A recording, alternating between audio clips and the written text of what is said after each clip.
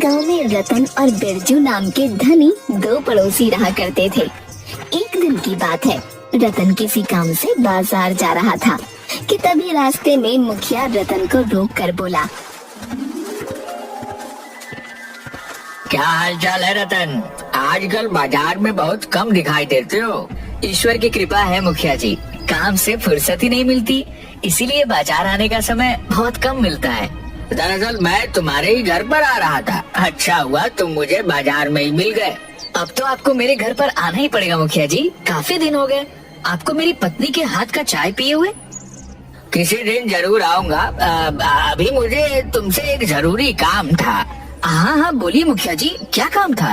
रतन, हमारे गांव में कोई अस्पताल नहीं है और इसलिए हम सब गांव वाले आपस में मिलकर के एक अस्पताल बनवाने जा रहे हैं। यह तो बहुत शुभ काम है मुखिया जी, बताइए मैं इसमें आपकी क्या सहायता कर सकता हूँ? अपनी मर्जी से जितनी तुम्हारी हैसियत हो उतना दान तुम दे दो। मुखिया की बात सुनकर रतन ने अपनी जेब से 100 रुपए का नोट निकालकर मुखिया को पकड़ा दिया। रतन, सिर्फ 100 रुपया? मेरी बस इतनी ही हैसियत है मुखिया जी। इतना कहकर रतन वहाँ से चला गया। मुखिया खराब मूड लेकर सीधे बिरजू के घर चला गया। अरे आइए मुखिया जी, बड़ी लंबी उम्र है आपकी, मैं आपको ही याद कर रहा था।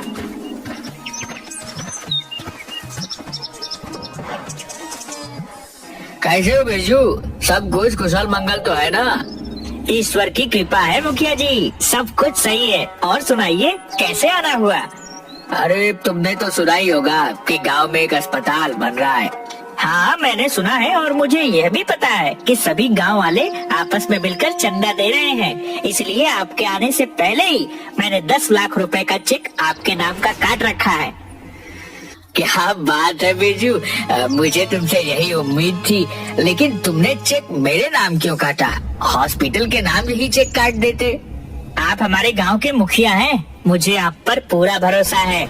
एक तुम हो और एक वो तुम्हारा पड़ोसी रतन है। जानते हो उसने अस्पताल को कितना दान दिया है? सिर्फ 100 रुपए। मेरी समझ में नहीं आता कि इतना धन का आखिर वह करेगा क्या। उसने तो कंजूसी की हद ही कर दी। इतना बोलकर मुखिया वहाँ से चला गया। कुछ देर बाद बिरजू संपत के साथ अपने खेत में चला गया। संपत बिरजू से बोला, इस गांव में सबसे ज्यादा दान हॉस्पिटल को आपने दिया है, अब तो हॉस्पिटल का उद्घाटन आपके ही हाथ होगा। जब सबसे अधिक दान मैंने किया है तो फिर उद्घाटन भी मेरे ही हाथ होगा। वैसे मुझे रतन से ऐसी उम्मीद नहीं थी, वह इतना कंजूस निकलेगा यह नहीं कभी सोचा था। संपत की बात सुनकर बिरजू मुस्कुरा कर रह गया। समय ऐसे ही बीतता गया। एक दिन की बात है, रतन अपने घर पर अपनी पत्नी के साथ भोजन कर रहा था कि तभी गांव का एक व्यक्ति वहां आ गया। क्या हुआ श्यामलाल चाचा, आप इतने घबराए हुए से क्यों हैं? रतन, मेरी पत्नी बहुत बीमार है, डॉक्टर ने उसका ऑपरेशन बता दिया है, और तुम तो मेरी हालत जानते हो। मैं तुमसे यहाँ पर मदद मांगने के लिए आया हूँ। चिंता मत करो श्यामलाल चाचा, ईश्वर पर भरोसा रखो, सब कुछ सही हो जाएगा। मुझे 10,000 की सख्त जरूरत है रतन, और इस पूरे गांव में सिर्फ तुम ही हो जिससे मैं पैसे उधार मांग सकता हूँ। मैं तुम्हारे पैसे बहुत जल्द लौटा दूंगा। मुझे माफ कर दो श्यामलाल चाचा, मेरे पास 10,000 रुपए अभी इस समय नहीं है। इस समय मैं तुम्हारी 2,000 रुपए की मदद कर सकता हूँ। इतना कहकर रतन ने 2,000 रुपए श्यामलाल को पकड़ा दिए। मुझे तुमसे ऐसी उम्मीद नहीं थी रतन। क्या तुम्हें मुझ पर भरोसा नहीं है कि मैं तुम्हारे पैसे लौटाऊंगा? ऐसी बात नहीं है श्याम चाचा, मुझे आप पर पूरा भरोसा है, लेकिन यकीन मानिए मेरे पास इस वक्त सिर्फ 2,000 रुपए ही पड़े हैं, जो मैं आपको देने के लिए तैयार हूँ। यह 2,000 भी अपने पास रख लो। जहाँ से मैं बाकी रुपए का इंतजाम करूँगा, वहाँ से मैं 2,000 रुपए का भी इंतजाम कर लूँगा। अरे लानत है तुम पर रतन, इतनी धन दौलत होने के बाद भी किसी व्यक्ति की मदद तक नहीं कर सकते। श्यामलाल क्रोधित होता हुआ घर से बाहर निकला। रतन श्यामलाल को आवाज लगाता हुआ घर से बाहर आ गया, मगर श्यामलाल ने उसकी बात नहीं सुनी। तभी रतन की पत्नी भी घर से बाहर निकल कर आ गई। अजी लगता है श्यामलाल चाचा को पैसों की कुछ ज्यादा ही जरूरत होगी। मैंने उन्हें कभी इतने गुस्से में नहीं देखा। क्या मैंने उन्हें पैसे देने से इनकार किया था? मेरे पास सिर्फ इतने ही पैसे पड़े हुए हैं। मेरी समझ में नहीं आता कि आपके पास अच्छी खासी खेती है। हर साल आपकी फसल गांव में सबसे अच्छे दामों में बिकती है। आपके पास से इतना पैसा आखिर जाता कहाँ है? भूलो मत कि हमारे बच्चे गांव से बाहर शहर में पढ़ते हैं। उनकी स्कूल और मेंटेनेंस का खर्चा कितना आता है, और फिर हमारे घर के खर्चे भी कुछ कम नहीं है। इधर श्यामलाल आंखों में आंसू लिए हुए जा रहा था कि तभी रास्ते में उसे गांव का मुखिया मिल गया। अरे क्या बात है श्यामलाल, तुम्हारी आंखों में ये आंसू क्यों? सब कुछ कुशल मंगल तो है? अब क्या बताऊं मुखिया जी, मेरी पत्नी की तबीयत कुछ दिनों से ठीक नहीं चल रही। हाँ, इस बात को मैं जानता हूँ। क्या हुआ, बोलो। डॉक्टर ने उसका ऑपरेशन बता दिया है मुखिया जी। मुझे इस वक्त 10,000 रुपए की सख्त जरूरत है, और आप तो मेरी हालत जानते हो। मैं बड़ी उम्मीद लेकर रतन के पास 10,000 रुपए उधार मांगने गया था, मगर उसने तुम्हें 10,000 रुपए नहीं दिए होंगे और यही कहा होगा कि उसके पास पैसे नहीं है। हाँ, आपने बिल्कुल सही कहा। आपको कैसे पता? क्योंकि जो व्यक्ति हॉस्पिटल के दान में भी कंजूसी करता हो, उस व्यक्ति के बारे में हम क्या ही कह सकते हैं। अरे वह तो पुण्य का काम करने में भी घबराता है। मुखिया जी, आप ही मेरी कुछ मदद कीजिए। इस गांव में सिर्फ एक ही व्यक्ति है जो तुम्हारी मदद कर सकता है, वह है बिरजू। तुम्हें इसी वक्त बिरजू के पास जाना चाहिए।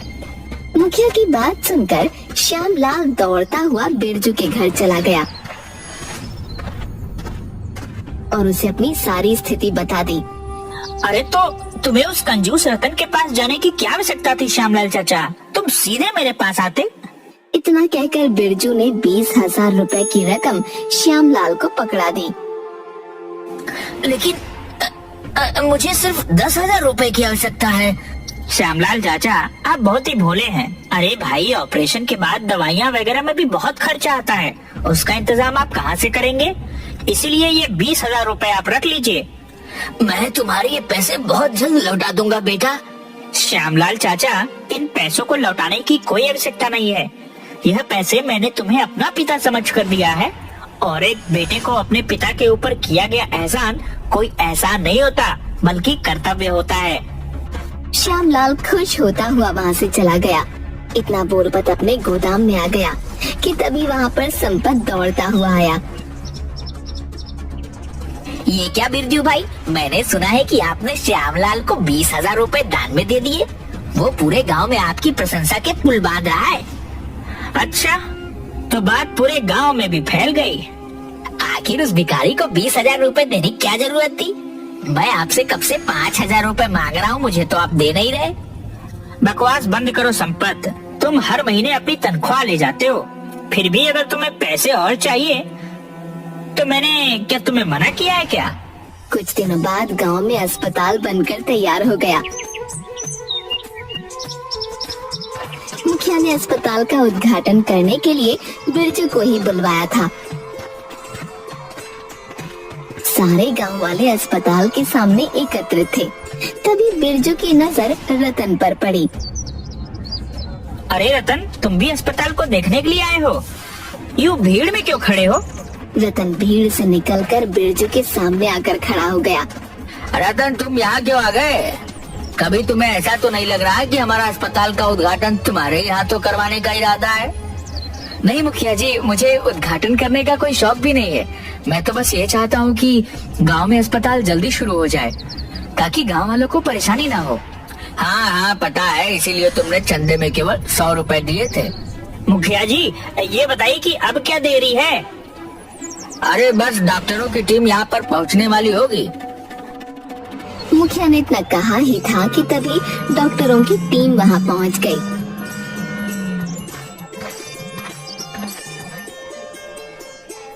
बिरजू अस्पताल का रिबन काटने ही वाला था कि तभी अचानक वो बेहोश होकर गिर गया।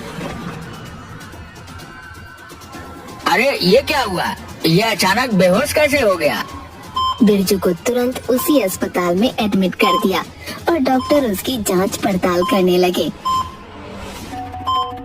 एक डॉक्टर रूम से बाहर निकलकर मुखिया से बोला, इनके परिवार वाले कहाँ हैं? बिरजू के परिवार वाले तो सब अमेरिका में रहते हैं डॉक्टर। बिरजू गांव में अपने साथी संपत के साथ रहता है। इसके परिवार वाले कभी कभी यहाँ आते हैं। बात असल में है कि मुखिया जी कि बिरजू की एक किडनी बुरी तरह से खराब हो चुकी है। अगर अभी इसकी किडनी ट्रांसप्लांट नहीं किया गया तो इसकी जान जा सकती है। चिंता मत कीजिए डॉक्टर, हमारे गांव में बिरजू ने इतने लोगों की मदद की है, कोई न कोई किडनी देने के लिए तैयार जरूर हो जाएगा। इतना बोलकर मुखिया वहाँ से चला गया। मुखिया ने गांव के हर व्यक्ति से बिरजू के लिए किडनी मांगी, मगर सबने किडनी देने से इनकार कर दिया सिवाय एक के। कुछ दिनों बाद बिरजू स्वस्थ हो गया। मुखिया अस्पताल में बिरजू से मिलने के लिए आया। ईश्वर का लाख लाख शुक्र है कि तुम स्वस्थ हो गए। मुखिया जी, मेरी एक किडनी खराब हो चुकी थी। गांव के ही किसी व्यक्ति ने मुझे अपनी एक किडनी दान दी है। मैं जानना चाहता हूँ ये काम मेरे वफादार साथी संपत के अलावा और कोई नहीं कर सकता। नहीं बिरजू, तुम्हारा वफादार साथी तो संपत किडनी का नाम सुनते ही भाग गया। गांव के हर व्यक्ति ने तुम्हें किडनी देने से इनकार कर दिया। तो फिर कौन है वो जिसने मुझे किडनी दी? मैं उसका आभार व्यक्त करना चाहता हूँ। हालांकि अगर मैं अपनी सारी दौलत भी उसके कदमों में लाकर रख दूं तो मैं उसका कर्ज नहीं चुका सकता। उसने मना किया है कि तुम्हें उसका नाम न बताया जाए। अब तुम्हें घर चलना चाहिए, डॉक्टर ने तुम्हें छुट्टी दे दी है। बिरजू मुखिया के साथ अस्पताल से बाहर आया ही था कि तभी एक कार आकर रुक गई। उस कार में से एक वकील निकलकर मुखिया के सामने हाथ जोड़ता हुआ बोला, मुझे माफ कीजिएगा मुखिया जी, मुझे आने में थोड़ी देर हो गई। कोई बात नहीं वकील साहब, तो क्या उस महान व्यक्ति का नाम पता लगा? इस फाइल में उस व्यक्ति का नाम और फोटो मौजूद है जिसने अस्पताल के लिए यह पूरी जमीन 2 करोड़ में खरीद कर दान दी है। इतना कहकर वकील वहाँ से चला गया। मुखिया ने जैसे ही फाइल खोलकर देखा तो उसमें रतन का फोटो लगा हुआ था। ये सब क्या हो रहा है मुखिया जी? मैं काफी दिनों से यह पता लगाने का प्रयास कर रहा था कि जिस जमीन पर यह अस्पताल बनकर तैयार हुआ है, यह जमीन किसने खरीद कर दान में दी है। बिरजू, यह जमीन हमारे ही गांव के व्यक्ति रतन ने खरीद कर दान में दी है। जिसे सारा गांव कंजूस के नाम से बुलाता है। मुझे तो विश्वास नहीं हो रहा कि कहीं ये रतन की कोई चाल तो नहीं। मैं बताना तो नहीं चाहता था, लेकिन अब तुम्हें बता देता हूँ। तुम्हें किडनी देने वाला कोई और नहीं बल्कि रतन है। मुखिया की बात सुनकर बिरजू की आंखों में आंसू आ गए। मुझे रतन के पास ले चलिए मुखिया जी। मुखिया बिरजू को रतन के घर पर ले गया। बिरजू हाथ जोड़ता हुआ रतन से बोला, मुझे माफ कर दो, मैंने तुम्हें कितना गलत समझा। तुमने आखिर बताया क्यों नहीं? तुमने अस्पताल के लिए 2 करोड़ की जमीन खरीद कर दान दी है, और ये जानने के बावजूद मैं कितना गलत हूँ। तुमने मेरा जीवन बचाने के लिए अपनी किडनी तक दान कर दी। सच्चा दान वह नहीं होता बिरजू जो बताकर या दिखाकर किया जाए। सच्चा दान वह होता है जो छुपा कर किया जाए। सच्चा दान वह होता है जिससे किसी का जीवन सफल हो सके। मैं कितना गलत हूँ मुखिया जी। मैं अब तक लोगों को धोखा देता आया हूँ। मैंने अस्पताल में दान भी दिखावे के लिए किया था। सच यह है कि मैं 2 नंबर का काम भी करता था। मैं अपने आप को कानून के हवाले कर दूंगा और अपने पापों का प्रायश्चित करूंगा। अपने पापों के प्रायश्चित करने के लिए तुम्हारा जेल जाना जरूरी नहीं बिरजू। तुम अभी और इसी वक्त अपने सारे बुरे धंधे बंद कर दो और अपने बुरे धंधे से कमाई हुई सारी दौलत गरीबों को दान कर दो। फिर देखो तुम्हें तुम्हारे मन को कितनी शांति मिलती है। रतन की बात सुनकर बिरजू मुस्कुरा दिया और बिरजू ने ठीक वैसा ही किया। उसने अपने बुरे कर्मों से कमाई की सारी दौलत गरीबों में दान कर दी।